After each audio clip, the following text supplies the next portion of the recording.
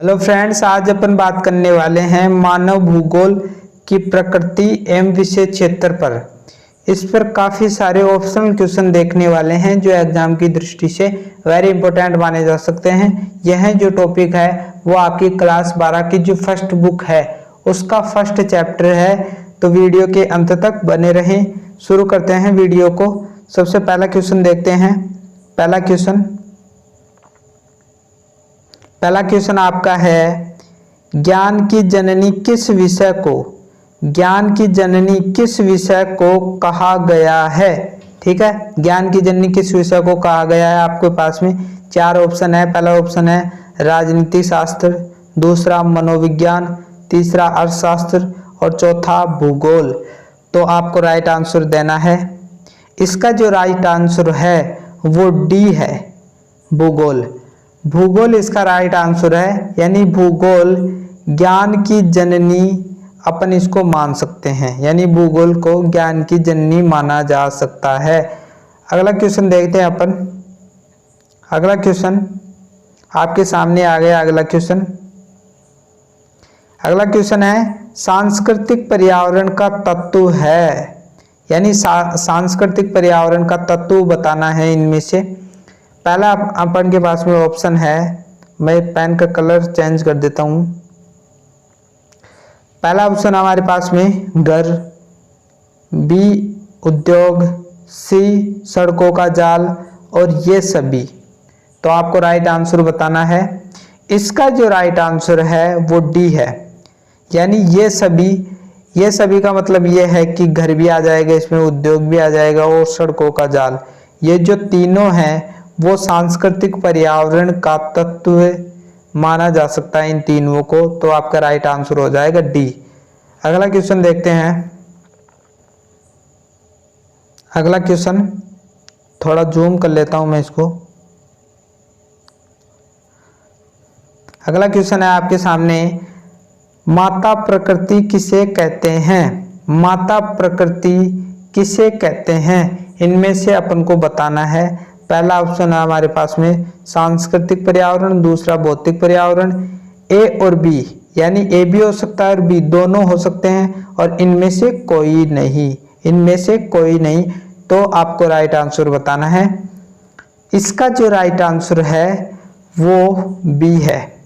यदि आपको थोड़ा टाइम लेना है तो वीडियो को रोक कर टाइम ले सकते हो कि इसका जो राइट आंसर है जो क्या हो सकता है। तो ठीक है, तो इसका जो राइट आंसर है वो भौतिक पर्यावरण है।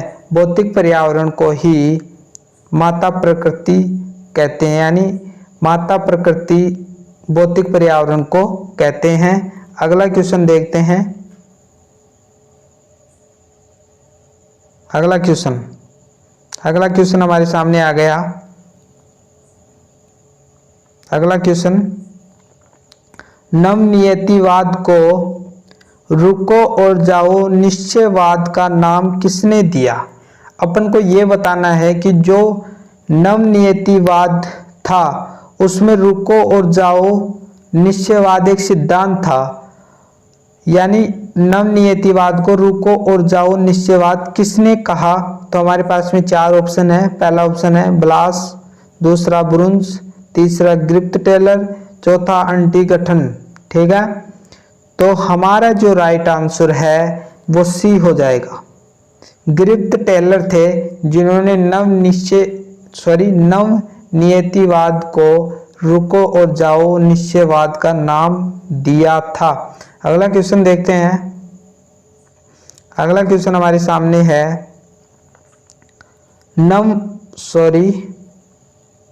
नवनियतिवाद का प्रतिपादन किया, यानी जो सिद्धांत था हमारे सामने नवनियतिवाद का प्रतिपादन किया था, यानी नाम बताना है किसने किया था। ठीक है, पहला ऑप्शन हमारे पास में अंटिगठन, ब्रुन्स, हम्बोल्ट, ग्रिप्त टेलर। तो आपको वीडियो रोक कर बताना होगा।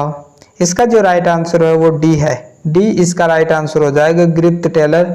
ये सारे ही इम्पोर्टेंट क्वेश्चन है, मैं इम्पोर्टेंट क्वेश्चन लेकर आया हूँ। ग्रिप्त टेलर को नवनियतिवाद का प्रतिपादन कहा जा सकता है। अगला क्वेश्चन देखते हैं अपन। अगले क्वेश्चन की ओर बढ़ते हैं। यह आ गया अगला क्वेश्चन। अगला क्वेश्चन हमारे सामने है, भौतिक पर्यावरण का तत्व है, इनमें से अपन को ये बताना है भौतिक पर्यावरण का तत्व कौन सा है। भू आकृतिक, मृदा, जलवायु या उपयुक्त सभी। इसका जो राइट आंसर है वो डी हो जाएगा, उपयुक्त सभी। यानी इसमें भू आकृतिक, मृदा, जलवायु ये तीनों ही भौतिक पर्यावरण का तत्व माना जा सकता है। अगला क्वेश्चन देखते हैं। अगला क्वेश्चन थोड़ा जूम कर लेता हूं मैं इसको ताकि चीजें सही दिखाई दे। अगला क्वेश्चन हमारे सामने है, ऐतिहासिक भूगोल मानव भूगोल की किस शाखा से संबंधित है। यानी जो ऐतिहासिक भूगोल है वो मानव भूगोल की किस शाखा से संबंधित है। संबंध बताना है ऐतिहासिक भूगोल का मानव भूगोल की किस शाखा से संबंधित है। 4 ऑप्शन हमारे सामने हैं। पहला ऑप्शन है हमारे सामने सामाजिक भूगोल, दूसरा नगरीय भूगोल, तीसरा जनसंख्या भूगोल, चौथा आवास भूगोल। तो इसका जो राइट आंसर है वो ए है। इसका राइट आंसर हो जाएगा सामाजिक भूगोल। सामाजिक भूगोल ही मानव भूगोल की उपशाखा से संबंधित है। ठीक है, अगला क्वेश्चन अपन देखते हैं। अगला क्वेश्चन हमारे सामने है। अगला क्वेश्चन आर्थिक भूगोल की उपशाखा है। यानी अपन को इनमें से आर्थिक भूगोल की उपशाखा बताना है।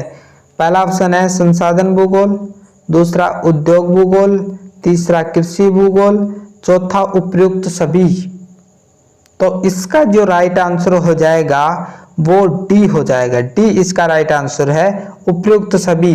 यानी आर्थिक भूगोल की जो शाखा उपशाखा है वो संसाधन भूगोल, उद्योग भूगोल, कृषि भूगोल ये तीनों ही आर्थिक भूगोल की उपशाखा है। तो इसका राइट आंसर हो जाएगा डी।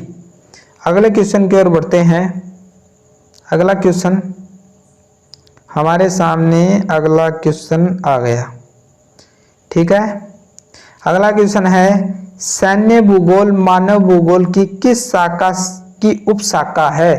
यानी ये बताना है कि जो सैन्य भूगोल है वो मानव भूगोल की किस शाखा की उपशाखा है। 4 ऑप्शन है हमारे पास में। पहला राजनीतिक भूगोल, आर्थिक भूगोल, सामाजिक भूगोल, नगरीय भूगोल। मैं भूगोल लिखना भूल गया नगरीय के आगे, तो नगरीय भूगोल है ये, यानी नगरीय भूगोल। ठीक है, तो इसका जो राइट आंसर है वो राजनीतिक भूगोल है। यानी राजनीतिक भूगोल ही इसका राइट आंसर हो जाएगा। तो अगले क्वेश्चन की ओर बढ़ते हैं। अगला क्वेश्चन यह आ गया आपका अगला क्वेश्चन। ठीक है, संभववाद शब्द का प्रयोग सर्वप्रथम किसने किया। संभववाद शब्द का प्रयोग सर्वप्रथम किसने किया।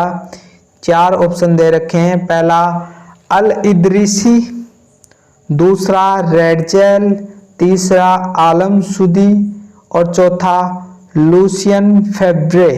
ठीक है, तो इसका जो राइट आंसर है वो डी है। डी इसका राइट आंसर हो जाएगा, लूसियन फेब्रे। लूसियन फेब्रे ने ही सर्वप्रथम संभववाद शब्द का प्रयोग किया था। तो लूसियन फेब्रे इसका राइट आंसर हो जाएगा। अगला क्वेश्चन देखते हैं। अगला क्वेश्चन वेरी इंपॉर्टेंट क्वेश्चन है। ये सारे इंपॉर्टेंट क्वेश्चन है, मैं इंपॉर्टेंट क्वेश्चन लेकर आया हूं आपके लिए। मानव को एक निष्क्रिय कारक समझा जाता है, किस सिद्धांत में समझा जाता है अपन को ये बताना है। कौन सा सिद्धांत कहता है कि मानव को एक निष्क्रिय कारक माना जा सकता है। तो 4 सिद्धांत लिख रखे हैं यहाँ पर। पहला सिद्धांत है निश्चयवाद। ठीक है, पहला है निश्चयवाद, दूसरा संभववाद, तीसरा नवनिश्चयवाद और चौथा मानवतावाद। तो इसका जो राइट आंसर है वो ए है। ए इसका राइट आंसर हो जाएगा। निश्चयवाद एक ऐसा सिद्धांत है जिसमें मानव को एक निष्क्रिय कारक माना गया है। अगला क्वेश्चन देखते हैं। अगला क्वेश्चन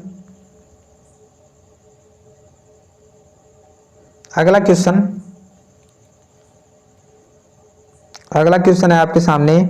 1970 में मानव भूगोल की कौन सी विचारधारा का प्रचलन हुआ?